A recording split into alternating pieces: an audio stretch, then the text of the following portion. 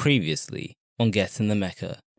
The animation world is one constructed by someone, and that person has awareness, and that awareness, in the case of Tamagawa's work, lives within it. Even though I do say surprises, it does boil down to who you know, and who you know can make very good work, because they can really do wonders. But I want to at least offer my thanks to those who have worked on anime this year, because they've done a phenomenal job, and I think that is one of the least things I can do. This is Get In The Mecha, the weekly anime and manga show where we take things one step further. I analyze everything from arcs to OPs to episodes, in my wacky but enjoyable quest to make sense of all of it. Welcome back to Get In The Mecha. I'm your host Jamal today, and happy holidays, guys. It is the 25th, it is Christmas Day. If you don't celebrate, then happy holidays. Hopefully you're having a nice restful day. Today's episode, if you are listening on time, I'm assuming you are, we are on our final episode of the year. So next time Get In The Mecha will be back, will be on the 1st, being the 1st of January, the first day of the year as well. So we got a bit of good timing here. But in today's episode, what I want to talk about is what I've learned from this year and what I can take from it. If you were here last year, I really do hope you were. Last year I did an episode just like this where I spoke about my lessons that I learnt about anime, not really from anime, but the things I've learnt about the meta and the medium of animation and the world of manga and stuff like that. I evaluated that for 2019, and I want to do the same for 2020, totally not just because it did well, but also because I think it is an enjoyable thing to do, and it's a nice angle to look at things rather than, I don't really like going through the approach of, okay, what was the best anime this year, what was the worst anime this year, because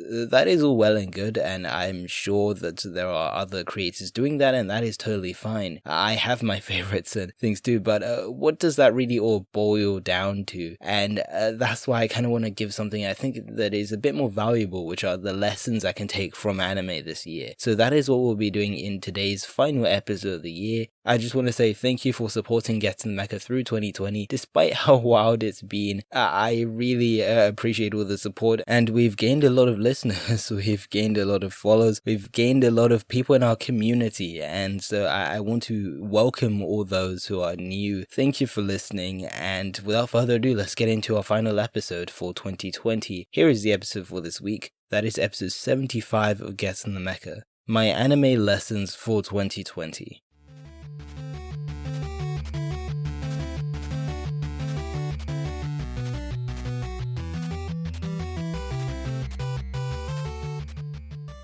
For the last time in 2020, I will talk about spoilers and alerts, as I will do every single episode, and there isn't really anything. This is a very open episode where I'm just talking about things that I've taken away from the productions of this year and things like that. Not really in the reviewy sense or analytical sense really, but just looking at some things which I've thought about and I just want to discuss with you guys. So nothing really on the spoiler front. And so let's dive into our first lesson. The first one is that I think is probably the most important one, and one that is probably universal of the years, but I have really learnt it this year, and that is to give work or works the appreciation they deserve. This year has been a big year for me when it comes to animation appreciation or anime appreciation. This year has been the biggest year for me when it comes to learning about saga and animation and all those technical, techie things. And it's been a very fun journey, but it's also come with a lot of learning too. It's been a crazy learning experience getting into the whole world of it. And I think that's really taught me to appreciate production a lot more. I think I did speak about this last year. If not, this is a new point, I guess. And something that I've said many times before, and I think it's just good to reiterate, is that with what the industry's gone through, I think there's not a better time to appreciate and understand how anime is brought to us. it really humbles me, not because, I'm part of the industry or something like that, but even just as a casual viewer, regardless of whether I'm a content creator or not, it really humbles me to know that there are so many people that put in their all in order just to entertain us, and they put in all that passion in each of their drawings in order to do so. And that is not even just drawings, whether you're on the sound team, whether you're storyboarding, even though that is drawings, but whatever side of the production you're on, whether you're a production assistant, because that's something which we've been speaking about a lot, not on the podcast, but the wider community has been on the internet a bit more, talking about production assistants and stuff. So it's things like that I can really appreciate. Unfortunately, this learning experience has come at a time where there has been some major news this year about the malpractices of a lot of anime studios, whether that is Studio Trigger, whether that is Ufotable, whether that is Forcey, whether that is stuff on Mappa, or just a lot of things anyway. Even stuff regarding translators or manga letterers and stuff in the West as well. A lot of things surrounding these ideas. But I think now it's more vital than ever, or it's not there's been no better time to appreciate how or who is bringing you your work. With the current situation right now, it's really opened my eyes as to that even more. There's a really nice phrase which comes from a Kanipa video. I should be linking it in the show notes, and it's just the phrase of anime's essential workers. Essential workers, obviously a big theme of the current global circumstance, and to think of them like that is a really good conception of it. These are the people that hold down anime. Without these people, anime simply wouldn't exist. Without these in-between animators, without these translators for Western anime, that's the letterers for manga and stuff like that. These are the people that make it what it is, and I can really appreciate even more now that these are the people that go out of their way, despite the roadblocks in the industry, to deliver us good stuff. The second thing is that, we're moving on here. The second thing is that I've learned that I don't want to quote medium because that's another thing I've learned, even though I'm not really going to discuss it this episode, but anime as a medium is very debatable, so let's just call it this space. It's a very unpredictable thing, and it's full of surprises. It's only half true, but I would even argue that almost anything is possible to an extent. Despite 2020 being known in the media and in sort of meme and internet culture as negative and the worst year ever, you see almost every company now is taking up the whole mantra that's been going on social media that 2020 just couldn't get any worse and you deserve the best and everything. It's all for that sort of capital agenda, which I find really funny, but even so, despite all of this, despite all the negativity and negative rhetoric it's come with, I think there have still been some positives, and there have been some positive surprises in the mix too when it comes to anime and manga. When I say everything is possible, or anything is possible, I don't literally mean everything. From what I understand, I think, at least when it comes to art and everything, I think the ceiling can be pushed, and we can push for better things. The surprises come out of pushing the ceiling even by a minuscule amount, by doing that extra impact frame, by smearing at that point that I didn't expect you to smear at, by this anime coming out that I didn't think was ever going to come out. It's these small things that really push and change the precedence of things, which I think is what makes this space exciting. Even stuff like Chainsaw Man Part 2 becoming a thing really did surprise me. Even when Chainsaw Man was announced to be finishing a week later, that was obviously, if you're listening to this in like 2021, that probably makes not much of an impact right now. But now, when this is the hot topic, it's things like that just always hit you at, I don't say the worst time, but at least at very interesting times. And that has been a big theme this year. I think the biggest surprise for me, and I will just admit it, was Bleach having its sequel, or at least the final arc of Bleach actually being adapted. I did get kind of dunked on Twitter because I did make a joke about Bleach not coming back, but there's a bit more context, but you listen to another episode and you actually hear that. So I'm taking the L once again, the final episode of the year. But the point is, as well as Inuyasha gaining a sequel as well, being Yasahime. I don't know how well it's doing. I haven't watched either Bleach or Inuyasha, but my point is that these things that you don't think are particularly likely can still happen, and I'm not really trying to give hope to all the people begging for a season 2 or 3 of their favorite anime, or even an adaptation of it, but I just mean that sometimes things go different to how we expect them, and it's been a really big learning experience for me in that area. If we sort of veer back on topic, I would say stuff like, when it comes to pushing the ceiling, great example for me would be Fire Force Season 2, Episode 2, directed by one of my favorite directors of this year, being Shuntaro Tozawa. Such a beautiful episode, from its letterboxing to its colors to its amazing set of animators, from Yuki Sato to Yuki Yamashita. It's such an amazing combination of those people, and a great director. And I didn't see it coming. That's the thing. And when it hits you, that, or at least when you find that slight push in the ceiling, I think it does create what we call a surprise when it comes to art. Another example, Fate Grand Order Episode 18, tremendous set of animators in both the character acting, effects, and fighting departments. Nakaya Onsen, Wellen Zhang, Toshiyuki Sato, the list goes on, and Twilight Wings as well, another great example, Shingo Yamashita, Wellen Zhang, so many more, and that's what I love about anime, and that's what I love about the animation space, that they can create these surprises, these things that slightly push the bar every time, and 2020's been a lot of bar pushing, which I've really loved. And obviously my obligatory plug of Fog Hill of the 5 Elements, probably the biggest push of the boundary I've seen, and I will hold back because I literally just recorded the last episode a few minutes ago, and I'm not gonna go into Fog Hill again, but just know that is what I call pushing the boundary, in my opinion, from the perspective of animation, and it's a triumph for indie work, really. It's a triumph for independent creatives. I think it just shows them that you can make something amazing. You can compete in this very fast-moving anime space. And Fog Hill maybe didn't get the recognition I wish it did, but that being said, it still got a heck of good recognition that it deserves, because it's well made and made by great people that know what they're doing.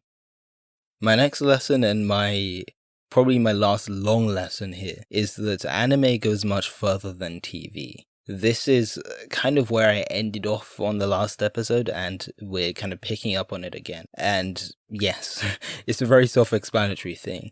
Watching anime genuinely on a TV and having TV channels that play anime has never really been a big thing for me anyway. Well, just to put it in context, I don't live in Japan. I've never gone to Japan. But even so, I never grew up with stuff like Toonami, which some people older than me did experience in this country, the UK, that is. But also, but actually, I know a lot of folks from the US did experience Toonami and stuff like that, or maybe even the Anime Max, I do believe. But watching anime on TV just hasn't been a thing, and UK TV and cable, as much as I hate it, has managed to prove that it doesn't really care about anime, because it barely shows it on any channel, and the channel that did, being Vice, just died.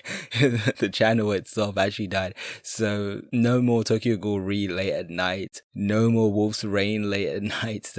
Things aren't looking very good, and there's been no Film 4 Ghibli season either, which is a massive betrayal. Yes, there's Netflix to watch this, but I feel really sad with no Ghibli season. But that being said, with the fiasco that is the UK TV scene for anime, I've begun to learn that TV anime isn't everything anyway, and not to downplay the work and the effort that animators and voice actors and producers and directors put into TV anime. That's not my aim here, but it just shows that anime is much more diverse than simply the TV space alone. just to as an example to how things are in the UK, or maybe not even the UK, just me as a whole. The first anime film I watched in the cinema was this year, and that was just before everything hit the UK. This was My Hero Academia Heroes Rising. You could actually sit in the cinema and everything. So My Hero Academia Heroes Rising was the first film I saw in cinemas that was of the anime, I was about to say genre, but I didn't mean that, but of the anime meta. But even so, if we move that to one side, stuff like web projects and stuff are of so much value, and I didn't really realize that. From Twilight Wings to the various music videos of this year to Fog Hill, as I kind of have been going on about for ages, even just the streaming age itself, even though the streaming age does have TV anime, but besides those, there are just things that don't necessarily belong on TV. The music, I said that already, but like Gotcha was a great example of this. Seeing the creative freedom of those who have created short films this year, be Shu Lee, or Shingo Tamagawa, or Yoshitoshi Shinomiya, Kojo Tano, etc. I think also with the delays and everything that's happened with TV anime, we've been able to see the value which comes out of these works, and there is an equal, if not, I don't know about greater, but an equal amount of, I wouldn't put value as, okay, this has more value than the other, but they have equal value, and we can see that. There are other works this year that are still sitting at the top of my head despite everything that has happened. I've really come to realize that there isn't just one superior form of distribution when it comes to anime, and form even. So All Saints Street, a Chinese anime that has 4-minute episodes, or even 3-minute episodes when it comes to the content, and yet it's so enjoyable, it's really well animated, and it makes me feel fuzzy inside. And same thing applies to, say, Daily Life of the Immortal King, which I maybe didn't like as much as I wanted to, but it's just the principle of its existing on a platform like Bilibili, where you can watch most of it for free and you can still have a really good time watching it. I think it's the power of anime that is something that's become a lot more apparent to me, and it's a lot more than how or what it's on, but more of what it is, and I think it's been able to transcend these boundaries. And then my final lesson, I did say that this was going to be a slightly shorter episode this week, or did I say that? But anyways, it's going to be a shorter episode as I am just giving some very basic lessons to round up the year nicely and send you off into 2021, hopefully. So my final lesson is that I've actually improved when it comes to commitment. It's just a bit of a meme one to end off. And I didn't know that this would be the year which I would start One Piece. And yeah, One Piece was not something I saw coming at all, if I'm honest with you. I bought those One Piece volumes basically on a whim because I was like, screw it. My birthday just passed. Let's just read One Piece, okay?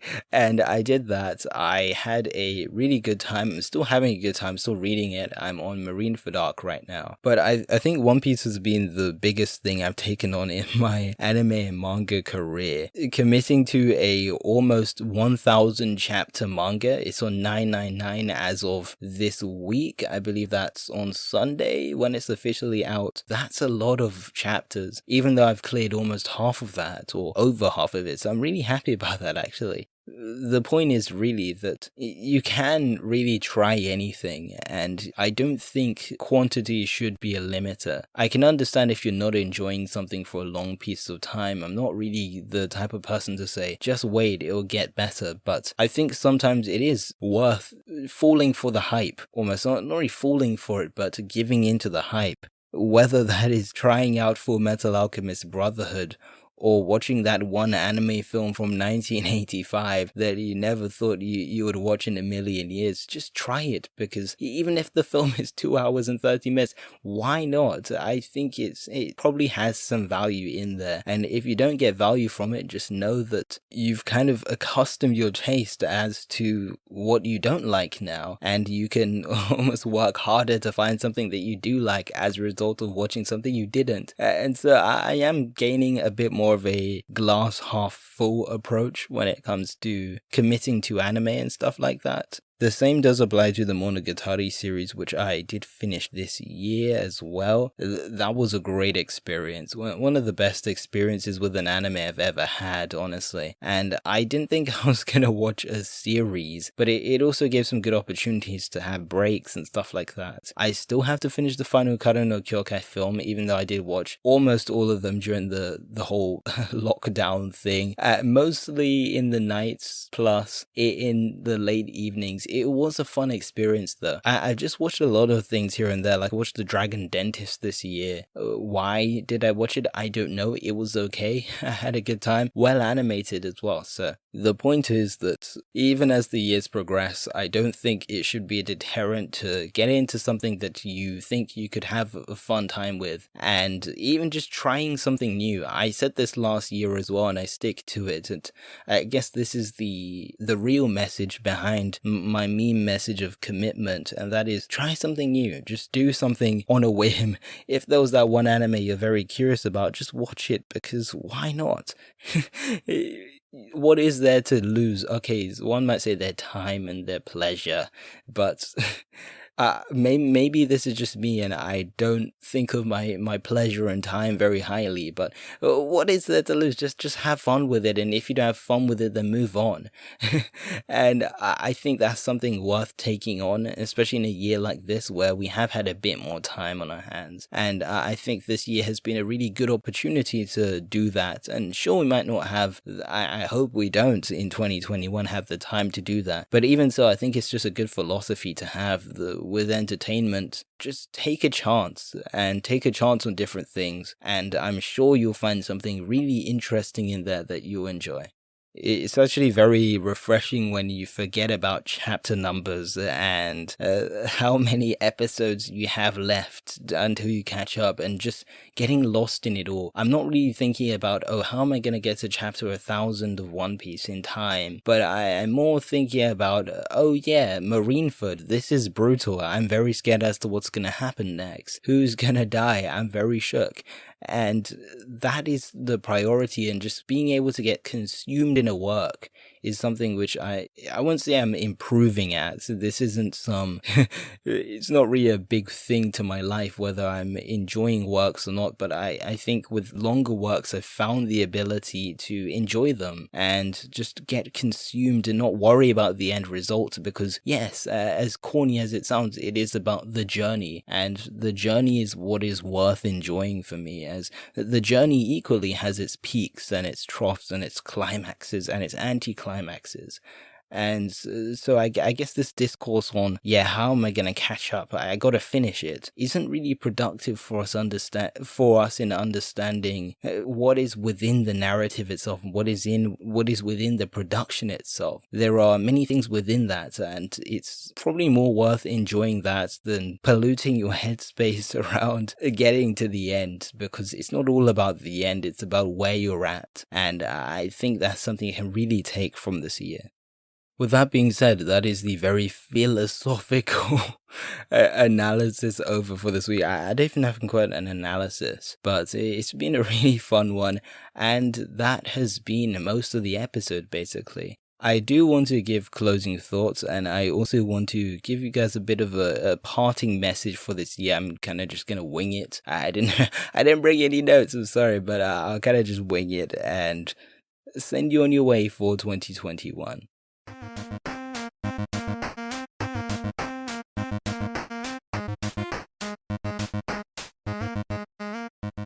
So the few things that I've learned from this year, they're pretty basic, but I would also say that they hold a decent amount of value, at least to me anyway. The first is to just appreciate the work and productions that we enjoy, whether it is Fate Grand Order and all its animators, whether it's Fogilla the Five Elements and its few animators. Every work has people working on it, whether that's the mangaka themselves or the people lettering and translating the manga for you. All of them deserve appreciation, and I have become a bit more humbled and grateful for that very process of people going through a lot in order to bring the work that I gain pleasure from and enjoy. The anime and manga space are full of surprises, and I've learned that firsthand. It is very enjoyable from that perspective, whether it's your favorite animator coming on a work you never expected, or a work you also never expected to get a second season, or to finish, or to have a part 2. All of that is I think, what keeps things interesting, and this year being one which is kind of based off a bunch of plot twists has proved that exactly to me. The third main lesson is that anime goes much further than TV, and this has just become a lot more apparent as I've watched more things this year through different means, and with stuff like Bilibili available and Twilight Wings even, and the music videos and everything. It's not really about what it's on, it's not really about it being on TV, but it's the idea that it can go into anything and we can equally enjoy it. And whether it's a 3-minute music video or it's a 20-minute 3-part series, I can enjoy all of it almost equally, as I think a great amount of work has gone into these projects, and that can be done whether it's in short form, long form, film, or again a TV series. It's not really the idea that it's a TV show in itself, but it's the power of anime and the power of the entertainment, or the form of entertainment we love to do and perform so well in almost any circumstance. And now the actual final thing, and that is me just saying thank you for your support. Whether that is, as I did say, I am winging this, but whether that is everyone who has followed me online or on social media, whether that is everyone who I have collaborated with. I still need to collaborate with a lot more people, but whether that is whether that is you listening, or following and subscribing to the podcast, whether that's you subscribing on YouTube as well, whether that's you leaving a voice submission, which I hopefully will bring back a bit more effectively in next year. But all of those things, I just want to say thank you. It's been an amazing year for the podcast, and we are, yes, a small podcast. I am a small indie podcast, just making these in my room, but I've enjoyed every one of them. And I'm so grateful that I have people who actively care to listen to every single one of them, or at least listen when they can. That is enough. And I just can't thank you guys enough, basically. It's been a great year, and you guys have made this year a good year for me, and I can only thank you guys, the listeners and the viewers, for that. But thank you for listening to my awfully corny TED talk. Let's go to the outro. I don't really know how to segue into this, so let's go to the outro, and I will see you off for the final episode of Get In The Mecha this year.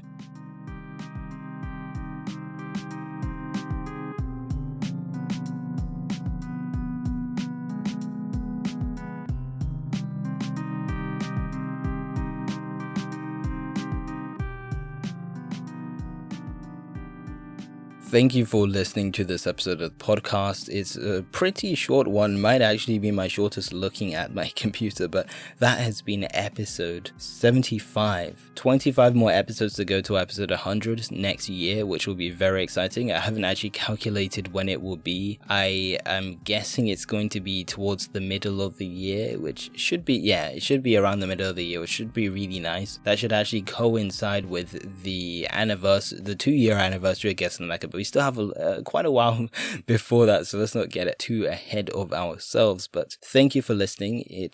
Thank you for listening all year round, or thank you for listening this year as a whole, and I look forward to 2021 of Get In The Mecha. Feel free to also leave a review on Apple Podcasts as well. That helps out the show a ton. I'll see you on New Year's Day next week anyway. It's not like I'm going anywhere. Like, I don't know why I'm making it so dramatic. I'm literally going to see you next week. I guess in 7 more days, and you'll probably tune in, assuming you actually like the show. You'll probably tune in again, and we will talk about anime and animation and manga as usual. But I have been your host, Jamal, today. Have a great 2020. There should be more cool content coming soon. And this has been Get In The Mecha. The music in this production goes as follows: 8-bit title screen by Joth, mandatory overtime by Joth, difference by Chasersgaming, and Anomaly, Barrack Media's under soundimage.org,